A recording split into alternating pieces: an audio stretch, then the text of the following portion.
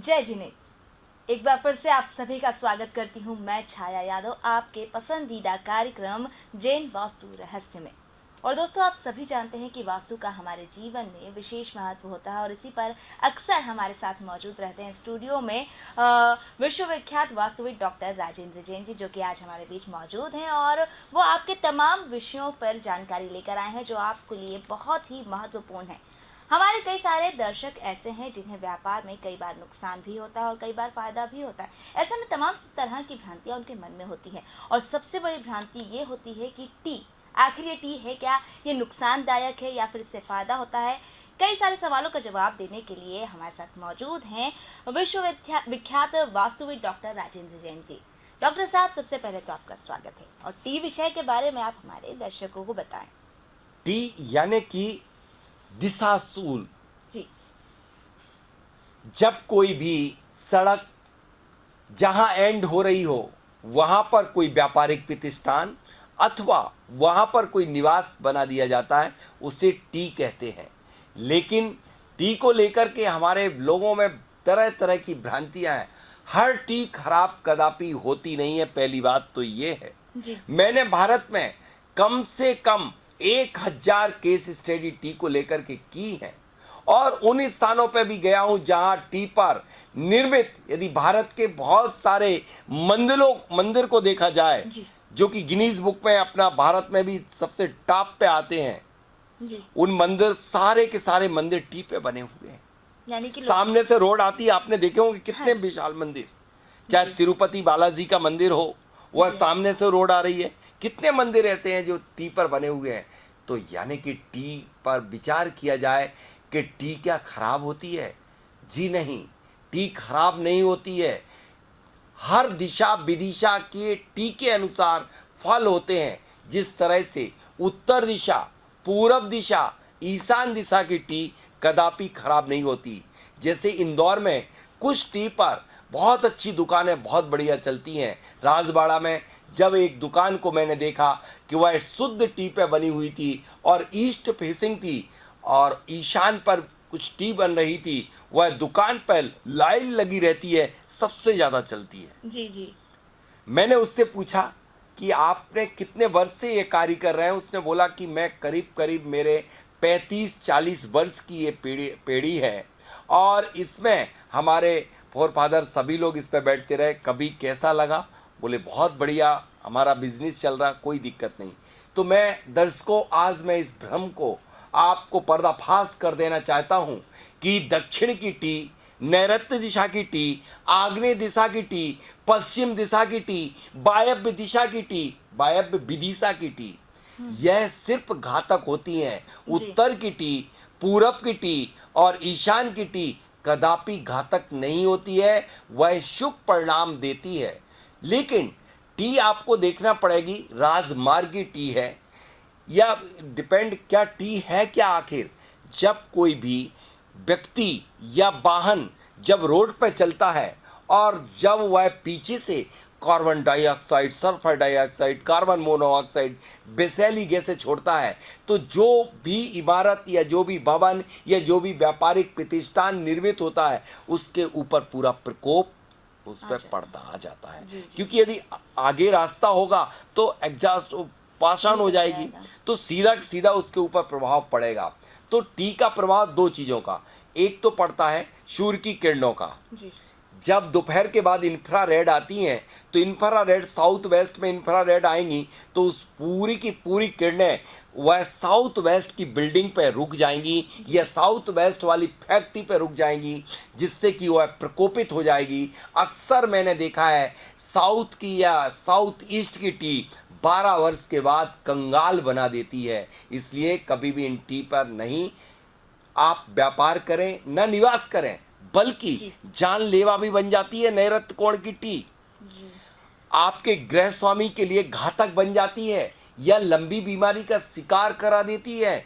लेकिन वहीं उत्तर की टी यदि गुरु का कार्य किया जाता है, यानी कि मंदिर निर्माण किया जाए या फिर स्कूल या कॉलेज शिक्षा के कोई प्रतिष्ठान बनाए जाए, तो वह घातक कदापि नहीं होती है। आप उठा के देखिए, भारत में कितने मंदिर टी पर बने हुए हैं, चाहे वह कहीं के भी मंदिर हों, उन सब मंदिरों पर टी है, लेकिन वह शुभ परिणाम दे रहे हैं। जी डॉक्टर साहब, तो आपने बात करी व्यापार की कि टी का ज़रूरी नहीं है कि हमेशा इसका नेगेटिव प्रभाव पड़े, पॉजिटिव असर भी होता है अगर दिशा को ध्यान में रखा जाए। तो क्या घर पर भी इसका असर पड़ता जी है? हाँ, घर पर तो सबसे ज़्यादा पड़ता है, जी। क्योंकि घर में रहने वाली जीव आत्माओं के ऊपर, वह तो नॉन लिविंग है मशीनरी, लेकिन लिविंग जहाँ पर रह रहे हैं, घर में निवास करने वाले लोगों के ऊपर पूरा पूरा इन विषाक्त गैसों का पड़ता है। एक विषैली गैसें आपका प्राकृतिक रूप से उत्पन्न होती हैं, दूसरी आपके जो वाहन निकलते हैं उनसे जो निकलती हैं उनका आक्रमण होता है। तो वाहन का इफेक्ट तो आपके उत्तर और पूरब पे भी होता है। जी। लेकिन आपने देखा होगा कि जितने भी मंदिर बनाए जाते हैं, वाहन वहाँ पर नज़दीक नहीं आते, काफ़ी दूर पर पार्किंग होती है, हाँ जी। इसलिए उनका प्रभाव उन उस पे पर नहीं नहीं पड़ पड़ता। पाता है, वहाँ जी। से वो पासान नहीं होते हैं नज़दीक से, इसलिए आपको वह शुभ फलदायी होते हैं। घर में निवास करने वालों के लिए अक्सर साउथ वेस्ट, वेस्ट साउथ और आग्नेय कोण की यदि टी है तो लोग रोगी बने रहते हैं। उनको अक्सर ब्रोंकाइटिस यानी नज़ला ये सब होना, नज़ला। इनके लिए मोस्टली प्रॉब्लम बनी रहती। जी। कैंसर के रोगी हो जाते हैं। कैंसर भी जो आज हो रहा है उसमें एक टीबी जिम्मेदार है। जी। टी के कारण नैऋत्य कोण की टी इस तरह से जानलेवा बन सकती है। जी जी जी। और टी के बाद बात करें हम घर की या व्यापार की, तो लोगों में अक्सर इस तरीके का भी डाउट रहता है, ये संकोच करते हैं कि हमारे घर की जो सीढ़ियाँ हैं वो कहीं गलत तो नहीं है, इसी का विकास की नेगेटिव गति को रोक सकती हैं सीढ़ियाँ। जी बिल्कुल। व्यापार की विकास की गति, सीढ़ियाँ अपवर्ड डाउनवर्ड, मतलब आपको ऊपर भी पहुंचा सकती हैं और ऊपर से नीचे सांप सीढ़ी की तरह है। बिल्कुल। तो इसका भी महत्व होता है कि यहाँ जी पर हाँ, क्या इस पे ध्यान रखना चाहिए? सीढ़ियाँ निर्भर करती हैं कि विकास की गति का जोन कहाँ चयन किया है, जी। किस देवता आपको ऊपर चढ़ा देता है। जिस तरह से सांप सीढ़ी जी की जी। तरह कि यदि गलत जगह पर सांप के मुख में हुए कि आपको पूंछ के नीचे नीचे पहुंचना पहुंचा पड़ता है, देता है। ठीक यही रोल अदा करती हैं घर की सीढ़ियाँ। तो वह सीढ़ियाँ कहाँ बनी हैं, कहाँ उस जोन पर उस देवता का क्या कार्य है, उस देवता को ऊपर पहुंचाने का काम है कि नीचे गिराने का काम है। तो यह जैसे यम देवता बैठता है दक्षिण दिशा में, जी जी। नैऋति बैठता है साउथ वेस्ट नैऋत्य कोण पे, ये देवताओं को सीढ़ी रख जाने, भारी वजन रख जाने पे बहुत बढ़िया रखता है। जैसे वजन आपका पीठ पे रखना अच्छा लगेगा कि पेट पे? पीठ पे वजन अच्छा, अच्छी लगेगी। पेटू बैग टांग के जाते हैं ना हाँ बच्चे, जी। तो उन्हें अच्छा लगता, लेकिन पेट पे वजन टांग दिया जाए उनके तो बड़ा अजीब लगेगा। ठीक इसी तरह से जो देवता पीठ यानी कि आपके वजन को सहन करने के लिए तैयार रहते हैं और उन्हें आनंद आता है और वह आपको दुआएं देते हैं और आपके विकास में सहयोगी बनते हैं, वह होते हैं साउथ और साउथ वेस्ट। इसके अलावा पश्चिम शनि, यानी कि जब हम सीढ़ियों पे चलते हैं, चढ़ते हैं तो पैरों से कुचलते हैं, तो शनि देवता को बहुत आनंद आता है। बढ़िया, उसके काम भी वही हैं। तो वेस्ट में भी बनाई जा सकती है, नॉर्थ वेस्ट यानी कि वायव्य कोण, वायु का प्रकोप होता है। सीढ़ियाँ जब आप चढ़ते हैं तो आपके लिए वायु बहुत बड़ी सहायक होती है। जल्दी तेज गति से किसी पहाड़ पे चलना हो और वायु भी वैसी हवा चल रही हो, आप तेज गति से चढ़ जाएंगे। इसलिए इन दिशाओं पर बनी हुई सीढ़ियाँ आपके व्यापारिक कार्य में सहयोगी बनेगी। और इसके विपरीत स्थानों पर कई लोग उत्तर की दिशा में, कई लोग बोलने लगे ईशान पे तो बना दो लेकिन एंटी क्लॉकवाइज बना दो। ये पागलपन का काम चला है। न सम्रांगण सूत्रधार में लिखा है, न विश्वकर्मा प्रकाश में उल्लेखित किया गया। बहुत सारे ग्रंथ, वैदिक ग्रंथ हैं वास्तु के, जिनमें पूरी तरह से वर्णन किया गया है। आज तो सीढ़ियाँ आरसीसी की बनने लगी। प्राचीन काल में सीढ़ियाँ सिर्फ लकड़ी की बनाई जाती थी, तो लकड़ियों की सीढ़ियों का चयन भले आप अन्यत्र कहीं कर सकते थे, क्योंकि लकड़ी की सीढ़ियाँ जो हैं वो बैड कंडक्टर हैं, कुचालक हैं। उनका बहुत ज़्यादा देवताओं के ऊपर असर नहीं पड़ता है। कोई भी कुचालक वस्तु का करंट से कोई, क्योंकि वह करंट है, अलग अलग वोल्ट के करंट है हमारे देवता जी। कोई 440 वोल्ट का करंट है, कोई 10,000 वोल्ट का करंट है। इस तरह से ये वोल्ट के करंट है। अब इनका कितना करंट आपको यूज़ करना है, और गलत यदि आप लगा दोगे सर्किट तो ये फाल्ट उड़ जाएंगे जी। इसी तरह से आपको सीढ़ियों के माध्यम से करंट का फ्लो क्लॉकवाइज, एंटी क्लॉकवाइज नहीं, Clockwise। ऑड नंबर, क्योंकि आपके सीढ़ियां जो है एक पहली इंद्र, दूसरी यम, तीसरी राज, तो हमेशा सीढ़ियों को राज पर एंड करो तो राज्य करोगे, राज पर एंड करो तो आप अपने व्यापार के माला माल करा देंगी, राजा बना देंगी। यदि आपकी सीढ़ियां यम पर खत्म होंगी तो व्यापार को घसीट पा देंगी, घसीट घसीट के आपको व्यापार कराएंगी। इसलिए हमेशा ही विषम संख्या, क्लॉकवाइज और सीढ़ियों में एक बात और विशेष ध्यान रखी जाए, सीढ़ियों के ठीक नीचे बहुत सारे लोग जनरेटर रख देते हैं, जी। बैटरियां रख देते हैं, लैट्रिन बाथरूम बना देते हैं, तिजोरियां बना देते हैं, रख देते हैं, पूजा कक्ष बना देते हैं, अध्ययन कक्ष बना देते हैं। ये बिल्कुल गलत है। जी। तिजोरी रखी कि माल साफ, यदि आपने लैट्रिन बनाई तो रोगों से ग्रसित, व्यापार ठप। तो इस तरह की विडंबना सीढ़ियों को लेकर कदापि नहीं करना चाहिए। सीढ़ियाँ आपके विकास में सहायक हैं, सीढ़ियाँ एक मैसेज देती हैं, आपको ऊपर बढ़ने के लिए संदेश देती हैं। जी डॉक्टर साहब, अभी आपने कुछ देर पहले बात करी थी भगवान की, देवी देवताओं की, तो अक्सर लोग अपने घरों में जो मंदिर बनाते हैं या व्यापार जहाँ पर करते हैं वहाँ पर भी भगवान को स्थान देते हैं, मंदिर बनाते हैं, तो उसमें भी विशेष ध्यान रखना चाहिए। देखिए, विशेष ध्यान तो ये रखें, जो आज बहुत बड़ी विडंबना हो रही है कि मंदिर तो बना रहे हैं लेकिन मंदिर में बांस को जला रहे हैं, और अपनी जब बांस की लकड़ी जलती है, यानी कि मैं बात कर रहा हूं, आपको संकेत दे रहा हूं अगरबत्ती की तरफ, अगर एक अगरबत्ती जला दो या 10 सिगरेट पी लो बराबर है। लेकिन किसी को समझ में आज नहीं आ रहा कि बांस जब जलता है सारी विषैली गैसें फॉर्म करता है और आपके लिए रोगों को निमंत्रण दे देता है। इसलिए कभी भी आप अगरबत्ती नहीं, बल्कि मैंने बताया एक सुगंधित धूप, जिसको धूप स्टैंड भी पिछले एपिसोड में मैंने दर्शाया था, यदि जरा सी धूप और भीमसेनी कपूर आप सिर्फ जलाएंगे नहीं, गाय की घी के साथ नीचे जला करके मेल्ट करेंगे, आपकी एनर्जी को 1000 गुना बढ़ा ही नहीं देगा, आपके ग्राहकों को आकर्षित करेगा, माहौल को आनंदित बनाएगा और ग्राहक का रुझान आपके हर आइटम की तरफ होगा और निगेटिव एनर्जी को पलायन करा देगा। इस तरह की धूप जलाएं, बांस को न जलाएं, वरना वंश बिगाड़ देंगे अपने व्यापार की वास्तु का।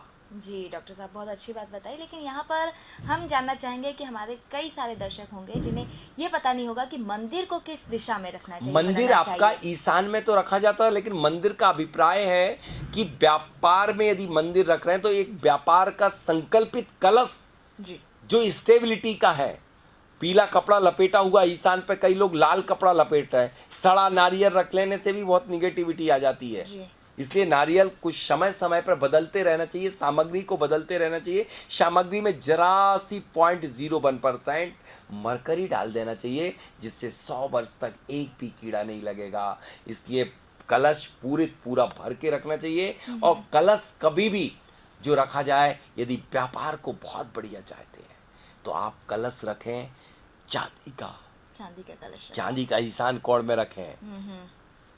जी डॉक्टर साहब, जब बात हो ही रही व्यापार की, तो व्यापार वास्तु के बारे में भी हम यहाँ पर बात कर ही लेते हैं कि क्या नाम रखना चाहिए, क्या क्या सावधानियाँ रखनी चाहिए। व्यापार का नामनक्लेचर ऑफ द वास्तु, व्यापार का नामकरण जब करना चाहिए उसमें बहुत सारा ध्यान रखना चाहिए। जैसे अभी कुछ दिवस पूर्व मैंने एक शर्ट वाला व्यक्ति आया कि मैं शर्ट बना रहा हूँ, वो KBN की शर्ट थी, तो मैंने उसके लिए कुछ नया प्रोडक्ट लॉन्च करना था। मैंने उसका सबसे पहले मूलांक देखा तो उसका जन्म 22 तारीख का था, यानी 4 मूलांक। अब मैंने जो शर्ट का उसकी राशि देखी तो उसकी राशि मिथुन थी। जब मिथुन राशि देखी तो मैंने उसका शर्ट का नाम रखा की शर्ट, की, और की शर्ट जो नाम रखा उसका, तो की का जो मूलांक बनाया, यानी हर ABCD के अनुसार एक भृगु मतलब जो हुए हैं उनने एक अंक ज्योतिष बनाया, तो उसके मूलांक निकाला कि उस की का जो अंक बना और उनका मूलांक, जो ग्रह स्वामी का मूलांक हो या जो मालिक है, जैसे 4 था और की शर्ट का भी बना 4 4। और उसकी राशि थी मिथुन, और मिथुन का ही मैंने रख दिया नाम। अब उसका शनि जो था उसकी कुंडली में बहुत पावरफुल था, तो उसके डब्बे का भी कलर मैंने रख दिया ब्लू। फिर उसकी मैंने आय निकाली 5, व्यापार की आय, कि जो डब्बे की साइज थी वो 5 आय की। मैं गारंटी लेता हूं कि वह शर्ट चलेगी ही नहीं, धूम मचा देगी, सारे पिछले व्यापार से को भी पीछे कर देगी, और वह शर्ट सबसे ज़्यादा मार्केट में चलेगी। जी जी जी पंडित जी, जो आप बता रहे हैं डॉक्टर साहब, ये बात बिल्कुल सही होगी। डॉक्टर साहब, यहाँ पर हम जानना चाहेंगे कि ग्रह दर्शन क्या होता है, इसके बारे में भी हमारे दर्शकों को बताएं। ऐसे नहीं, इस ठीक। सिंपल तरीके से नहीं पूछो। ठीक है। क्या वास्तु का ज्योतिष से मतलब कुछ ग्रहों का उपचार करते हैं आजकल, बहुत लगा हुआ कि ये ग्रह वो ग्रह, हाँ। तो इनका ग्रहों का उपचार भी आपके वास्तु में होता है। ठीक है, ठीक है। डॉक्टर साहब, यहाँ पर हम जानना चाहते हैं कि ग्रहों को लेकर लोगों में कई सारी भ्रांतियाँ होती हैं। तमाम पंडित बताते हैं कि ये ग्रह खराब है, इसकी पूजा करा लो तो असर होता है। क्या वास्तु पर भी इसका असर पड़ता है? जी हाँ, वास्तु और ग्रह एक है, लेकिन मेरा एक ही फार्मूला है। जी। आप दुनिया की कोई तोड़फोड़ मत करो, ना नग धारण करो। आपके जीवित नग, आपने जैसे मूंगा पहना, मोती पहना, डायमंड पहना, पुखराज पहना, तो ये पुखराज या नीलम आप 30,000, 40,000, 50,000, मैं तो कहता हूँ 30,000, 40,000, 30 करोड़ का नग आपके घर में है, जिसका मंगल है खराब, जिनके घर में दक्षिण दिशा में है दोष, तो दक्षिण दिशा में ही मंगल का वास होता है। उसका सुधार ठीक कर सको या ना कर सको, मंगल ग्रह को तो आप ठीक नहीं कर सकते, लेकिन मंगल के रूप में आपके घर में आपका भाई मंगल है, जी। उससे अच्छे संबंध स्थापित कर लो। मंगल दोष वैसे ही ठीक हो गया आपकी कुंडली का। आपका नहीं चलता है व्यापार और आप होते हैं बहुत परेशान, तो बुध ग्रह के लिए आप पन्ना धारण करते हैं। पन्ना कौन खरीदे 50,000 का, लेकिन आपका जीवित पन्ना के रूप में आपके बहन, आपकी बेटी, आपका बुआ का करो सम्मान, और उसको दो गिफ्ट, उसको समय समय त्योहारों पे सम्मान दो, चरण स्पर्श करो, मिठाइयाँ दो। वो जैसे ही होगी खुश, और वैसे ही आपकी गति व्यापार की बढ़ेगी, आपको कोई नग धारण करने की जरूरत नहीं है। इस तरह से सूर्य आपका क्या है, पिता है, पिता के उठ करके चरण छुओ और सूर्य उदय पे सो करके उठो, आपका परम पिता इतनी बड़ी ऊर्जा देगा, और जब आपके पिता की तरफ आप जैसे ही झुकोगे वैसे ही आपका सूर्य अच्छा हो जाएगा। शनि आपका पुत्र, इसी तरह से एक एक ग्रह को रिप्रेजेंट करने वाले आपके ग्रह आपके घर में हैं, आपकी माता आपके घर में है, सारे के सारे आपके रिलेशन ही आपके ग्रह हैं। यदि इनका आप उपचार करोगे, इनसे संबंध अच्छे रखोगे, इनसे अच्छे व्यवहार रखोगे, तो आपके घर के वास्तु दोष वैसे ही ठीक हो जाएंगे, क्योंकि वह जीवित वास्तु है, वह नॉन लिविंग वास्तु है।